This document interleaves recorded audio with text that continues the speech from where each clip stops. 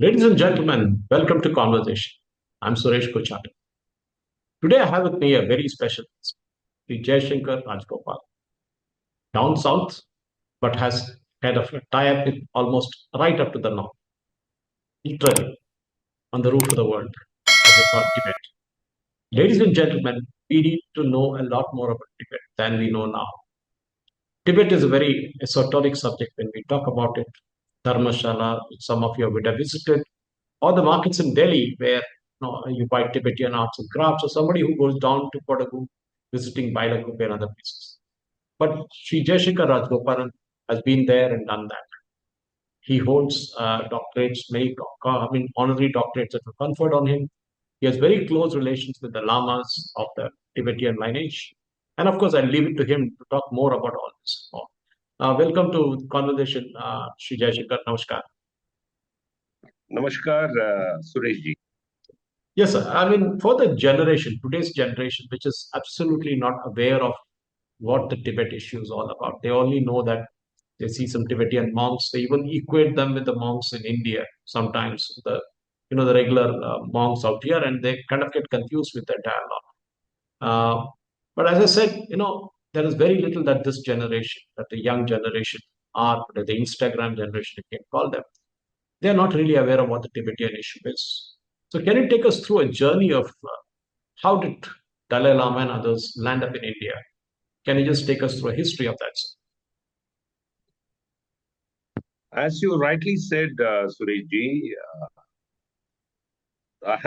it has been one of my main missions in life, as it were, to tell people how important Tibet is for Indian security, for the Indian nation as a whole.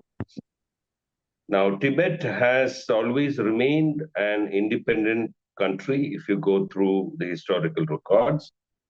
And when China invaded Tibet initially in 1950 and finished it off in 1959, resulting in the coming to India of His Holiness the 14th Dalai Lama in 1959, and his being given a place as an exile in India. Even today, not many people are aware of the implications of all this. And I remember whenever I talk to people about Indian national security, they don't take Tibet into consideration very seriously. You see. All that I tell them is that China has invaded Tibet, and on account of that, China is sitting on the top of our head now. It is squatting on the top of our head, and it is time that Indians in general, and thankfully now the government of India has started realizing the importance of connecting issues relating to Indian national security with the Tibetan cause, if you understand what I'm saying. The Tibetan cause is not like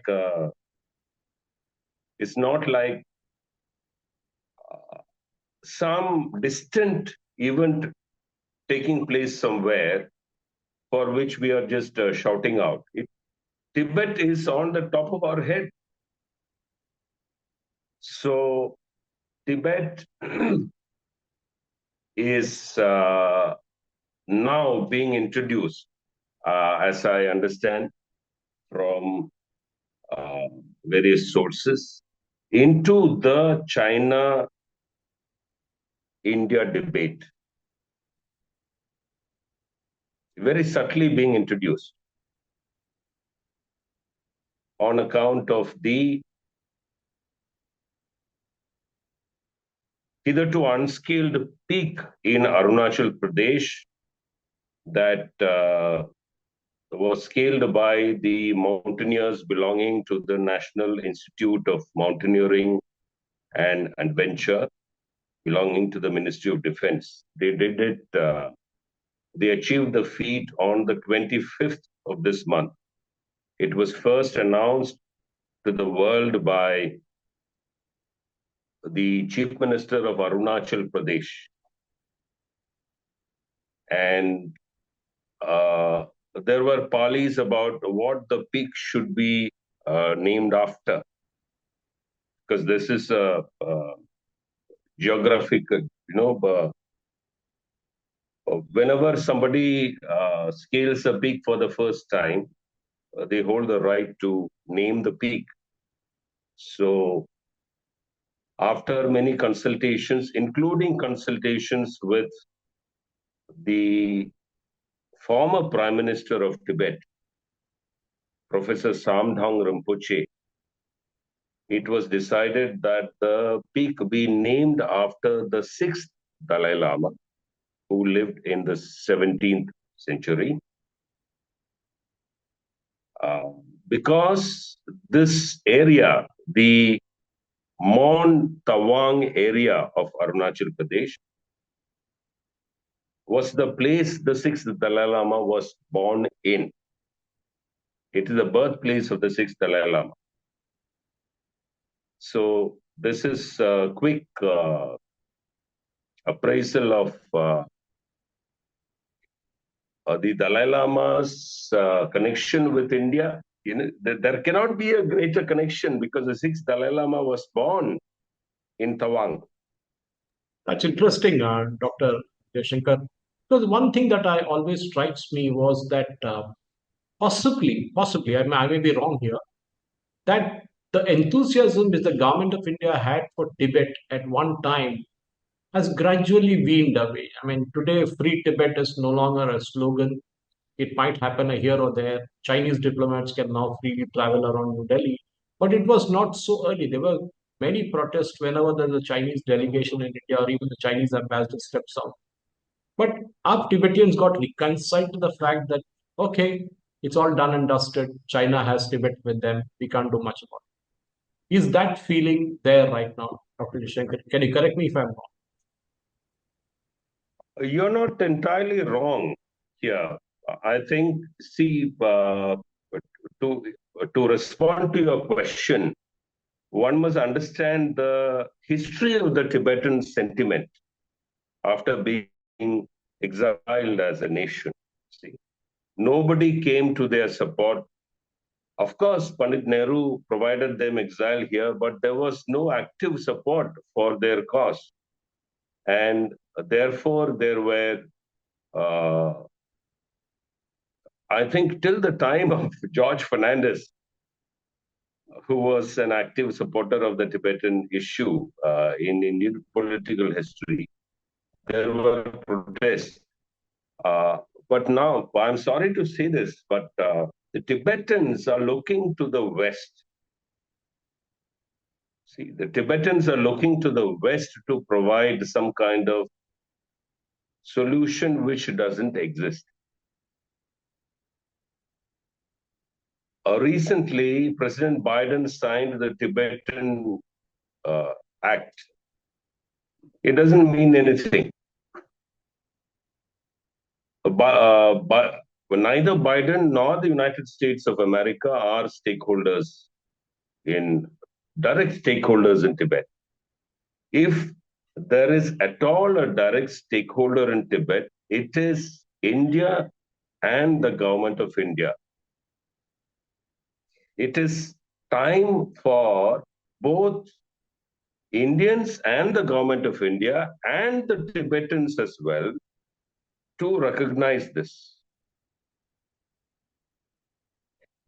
And to this extent, the naming of the unscaled peak in Arunachal Pradesh after the sixth Dalai Lama comes as a huge development. It is a major indication of the government of India's shift in stand regarding its China policy, because indirectly, as of now, it is indirect, but indirectly, it is bringing the Tibetan issue into the India-China dialogue.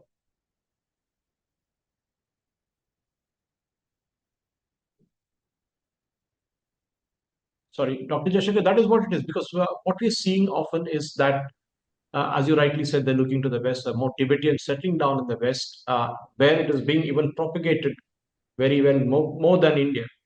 But recently, I was in Ladakh a few months ago, and during the visit, I saw that there was a Tibetan team playing football in Ladakh at a very high altitude, because that altitude, a normal Indian person cannot breathe with that easiness. I mean, it takes quite an effort to, get acclimatized to that particular one. So my question to you would be, leave alone politics of what is happening around there. What about the politics of Arunachal Pradesh? Because we seen that whenever there is a delegation or whenever somebody applies for a Chinese visa from Arunachal Pradesh, the Chinese staple the visa, and as a result, Indians refuse to travel. That people from Arunachal Pradesh, who are Indian citizens, refuse to travel to China. We saw recently in one of the sports events that a few of the athletes from Arunachal Pradesh had to drop off. Now the question is, can't India do a quid pro quo with people from, say, Tibet who are applying for a visa to come to India and deny them that? I mean, is that not possible? I mean, or is it something that I'm speaking beyond what is comprehended, sir? For the government of India to deny visas for those coming from Tibet will be an issue. I admit that will be an issue, because there are many people who come here on genuine grounds, and many of them are received by His Holiness the Dalai Lama himself as soon as they arrive in India. But the issue of Arunachal Pradesh being uh, considered in this manner by China is the issue. You see, the China now has given a new name to Arunachal Pradesh. The whole of Arunachal Pradesh. China has given a new name to the whole of Arunachal Pradesh.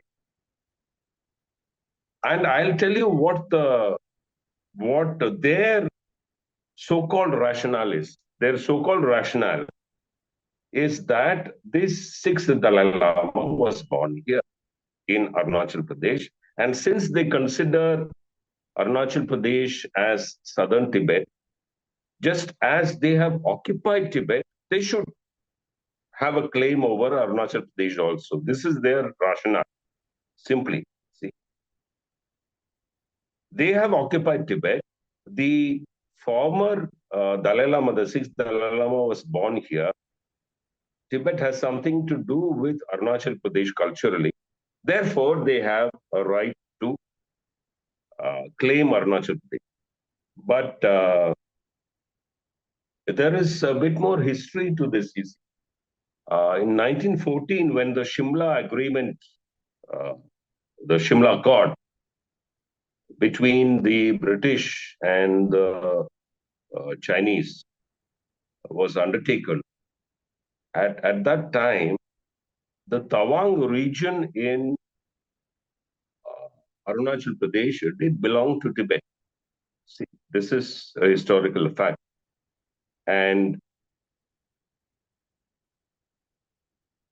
later it was, on the basis of the Shimla Accord, it was given to India. But these are matters of now history.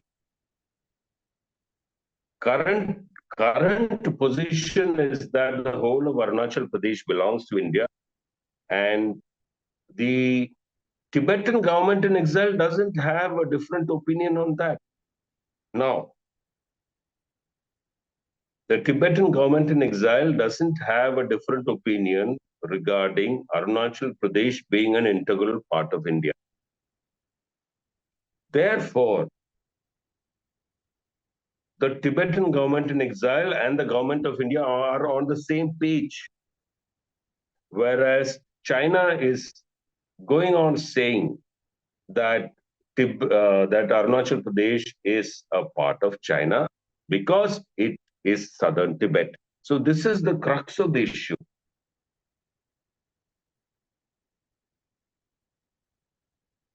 The crux of the issue, as you mentioned it, Dr. Jayshankar, is the point also is a fact that China also has started naming various places in Arunachal Pradesh as per the Chinese parlance.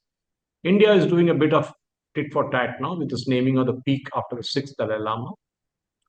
Do you think this is all a matter of kind of phonetics, or is it a jockeying for position for a problem that you know will not go away like that? We have seen Ladakh solved to a large extent because China took away a big part of it during the 60s with active connivance with Nehru and call it Aksai Chin. But when it comes to Arunachal, India is holding firm because India knows it's very strategic. It has to hold on to it at any cost.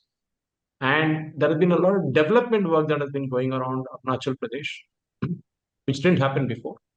A.K. Antony, when he was the defense minister, even said that if you build roads in Arunachal and Ladakh, China will get upset. So we're not building roads.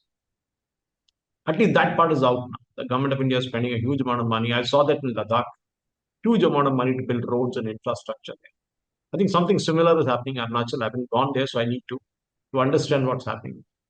But my point as we come to the close of the discussion, Dr. Jayshankar, is for students in India, or students who read politics, even a normal person like me who reads politics, to understand that when it comes to the Tibetan part of it, how free is the occupied Tibet right now compared to the. We all know that Tibetans in India enjoy a lot of freedom. There's no restriction on them, nothing like that. But can the same thing be said about, say, the Tibetans who are under the Chinese occupation in Tibet? Occupied Tibet is hardly free. The Chinese establishment has a way of promoting their national culture and so on. See, so they don't want to overtly do anything that will send a wrong message to the international community that monastic and Buddhist religious activities are being curbed on, stamped upon, and so on. But in fact, that is what is being done. There is no freedom of speech, there is no freedom to practice, there is no freedom at all. So the Tibetans who are surviving somehow in China are doing it at a great risk. It is a crime to carry a photograph of His Holiness the Dalai Lama in Tibet. You can be arrested and jailed for life. Oh, I didn't know this. I mean, this is surprising, Yes, Dr. Jayshankar. yes. I mean, of course, one can't expect anything better from China, but the point is also about not just carrying the pictures of Dalai Lama. One question I want to ask you is who will be the next Dalai Lama, and will, if the present Dalai Lama kind of nominates that person based on Tibetan beliefs, reincarnation, and all that, will China accept the new Dalai Lama from India, or will they prop up their own Dalai Lama on the other side?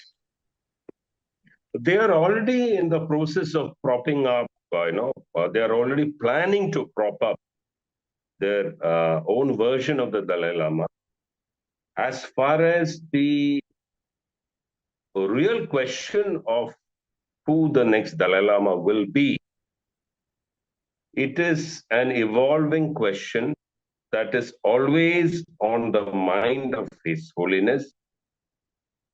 And His Holiness has not once but many times said that it is quite probable that he will be reborn in India. If if anyone wants an indication of what things are going to be like in future, this is a clear indication that he has given. And he's now back in India after very difficult knee replacement surgery. We understand that he's in good health, and he has told us that he will live another 10 years, at least till the age of 100. And by then, the issue of who will succeed him, who will be the next Dalai Lama, or who will be the next spiritual head of Tibet as he wants it, I think will be decided the next 10 years. It is an evolving situation. Dr. Jayshankar, actually, all of us wish Dalai Lama a very long life. In fact, by just 10 years, he can even go more because he has a kid like infectious energy even now. And I mean, that is something that people who have seen him up close and personal, I mean, you are a regular visitor, you meet him, you get his blessings. But at the end of the day, I think it's all about, how India portrays itself as the India of the 1960s is different from the India of today. Today, we are standing up to Yes. China and speaking to them on a one-on-one basis, be it on defense, be it on kind of manufacturing, be it on diplomacy or anywhere for that matter. And I think spiritualism is a no less. And I think China has also understood from the lessons that they learned in Galwan and other places that India is not willing to give up, not willing to give up so easily. So And Jayshankar, I yes, should sir. Go on, sir. Go on, sir. I shall tell you one small thing at the end. We are given to understand that as the as our mountaineers started scaling the peak in Arunachal Pradesh, and we were kind of sure that it will be done. It is a hitherto unscaled peak. This issue was brought up before China on the Ladakh LAC standoff issue. You see, we understand that this is one of the reasons that they decided to kind of back off from Ladakh. So it is a good strategy being adopted finally after many years by India. That is wonderful because where is Arunachal Pradesh and where is Ladakh? I mean, they're two different places, but there is a emotional and spiritual connect that is there. That is wonderful.